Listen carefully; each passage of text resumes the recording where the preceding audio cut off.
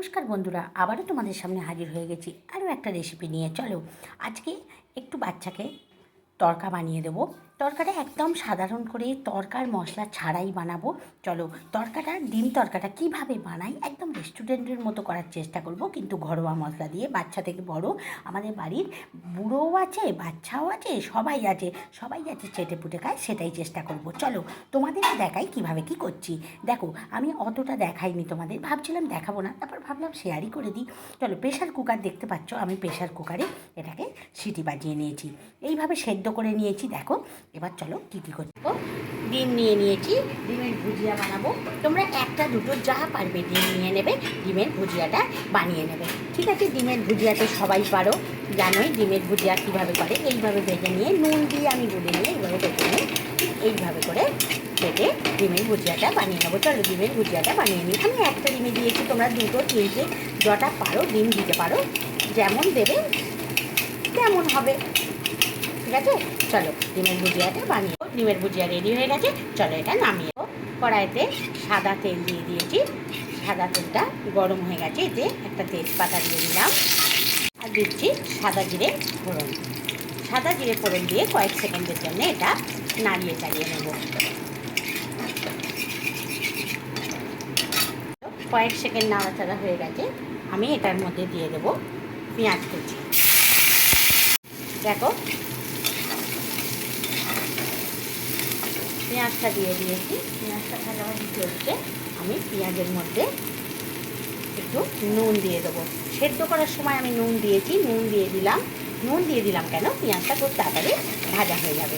চলো ভাজাভাজি করে নিই। দেখো ভাজাভাজি তো চলছে, এর মধ্যে আমি দিয়ে দিচ্ছি আদা রসুন বাটা 1 চামচ করে, তোমরা গ্রেট করেও দিতে পারো।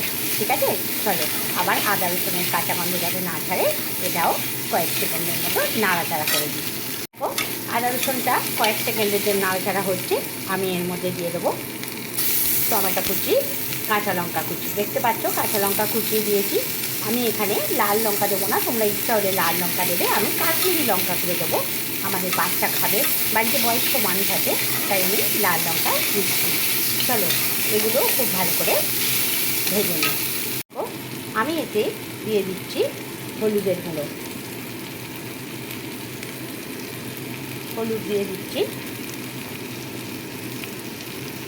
দেখো আমি দিচ্ছি কাশ্মীরি লঙ্কা গুঁড়ো, একটু সুন্দর রঙটা আসার জন্য কাশ্মীরি লঙ্কা গুঁড়ো অল্প দিয়ে দিয়েছি। এবার দিয়ে দিচ্ছি, যেহেতু আমি 1.5 কাপের মতো করেছি, তাই 1/2 চামচেরও বেশি দিয়ে দিচ্ছি জিরের গুঁড়ো। রান্নাটায় ব্যালেন্স আনার জন্য আমি দিয়ে দিচ্ছি সামান্য চিনি, একদম সামান্য। তোমরা চাইলে এটা নাও দিতে পারো, স্কিপ করে যেতে পারো। সামান্য পরিমাণ জল দিয়ে দিচ্ছি। ঠিক আছে, দিয়ে এটাকে এবার কষাবো। দেখো কষাতে থাকছি, এটা যত সুন্দর করে কষাবে। আমি এক হাতে দেখাচ্ছি বন্ধুরা, যদি কোনো ভুল ত্রুটি হয়ে থাকে ক্ষমা করে দিও। দেখো খুব ভালো করে কষিয়ে নিচ্ছি, চলো কষিয়ে নিই। দেখতে পাচ্ছ কষানো চলছে। যে যেরাম ঝাল খাও, কাঁচা লঙ্কার পরিমাণটা বাড়িয়ে নেবে। আমাদের বাড়িতে আবারও বলছি বাচ্চা খাবে, আমি বেশি ঝাল দিতে পারছি না, বয়স্ক মানুষও আছে, যে যেরাম ঝাল খাবে ঝালের পরিমাণটা বাড়িয়ে দেবে অবশ্যই। চলো এবার আমি দেবো তড়কার ডালটা আর ভুজিয়াটা। চলো দিয়ে দিব তড়কার ডালটা, দিয়ে এর সঙ্গে ভালো করে মিশিয়ে নিতে হবে। চলো তড়কার ডাল দেখো, তড়কার ডালটা দিয়েছি, ডিম ভুজিয়াটাও দিয়ে দিচ্ছি। চলো খুব ভালো করে এর সঙ্গে মিশিয়ে নিতে হবে। চলো মিশিয়ে নিই। দেখো মেশানো চলছে, দেখতে পাচ্ছ।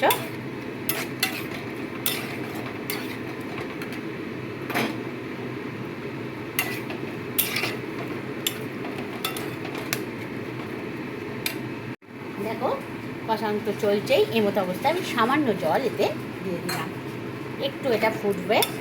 ঠিক আছে, তোমরা গ্রেভিও রাখতে পারো, আবার গ্রেভি নাও রাখতে পারো। চলো একটু ফুটে যাক, খানিকক্ষণ পরই ফিরে আস। দেখতে পাচ্ছ ফুটছে। তোমরা কেরাম গ্রেভি খাও, গ্রেভি একেবারে না খেলে পুরোটাই জলটা মরিয়ে দেবে। দেখো আমি কসুরি মেথি দিয়ে দিচ্ছি, টেস্টটা আরও ভালো হবে। উপর থেকে একটু গোলমরিচের গুঁড়ো দিয়ে দিলাম।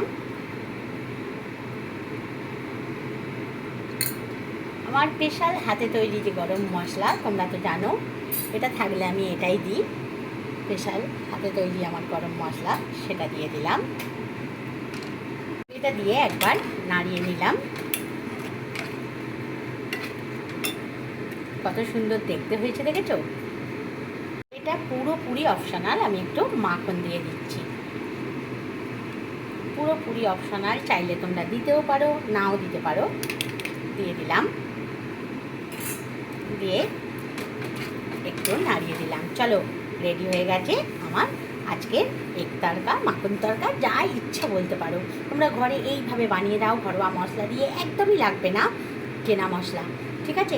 বাচ্চারা চেটে পুটে খাবে, বাড়ির বয়স্করাও খাবে, কোনো ক্ষতিও করবে না। অনায়াসে রুটি, লুচি, পরোটা সকলের সঙ্গেই যাবে এইটা। চলো তাহলে গ্যাসের ফ্লেমটাকে অফ করে দিই। চলো তাহলে বন্ধুরা, ঝামেলা ছাড়াই এই রেসিপিটা বানিয়ে ফেলো। হ্যাঁ, কেমন লাগলো তোমাদের রেসিপিটা? ভালো লাগলো তো? ভালো লাগলে একটা লাইক তো পেতেই পারি। বন্ধু বান্ধবের মধ্যে শেয়ার করে দিও, তারাও তাদের বাচ্চাদের, বাড়ির বয়স্কদের খাইয়ে যাতে আনন্দ দিতে পারে, আর একদম শরীরের কোনো ক্ষতিও না হয়। তোমাদের ভালো লেগেছে কি না আমাকে একটা কমেন্ট করে জানিও। আমার রেসিপিগুলো ভালো লাগছে তো? ভালো লাগলে একটা লাইক দিয়ে দিও আর ফলো করে দিও। তোমরা সুস্থ থেকো, ভালো থেকো, খুব খুব খুব ভালো থেকো।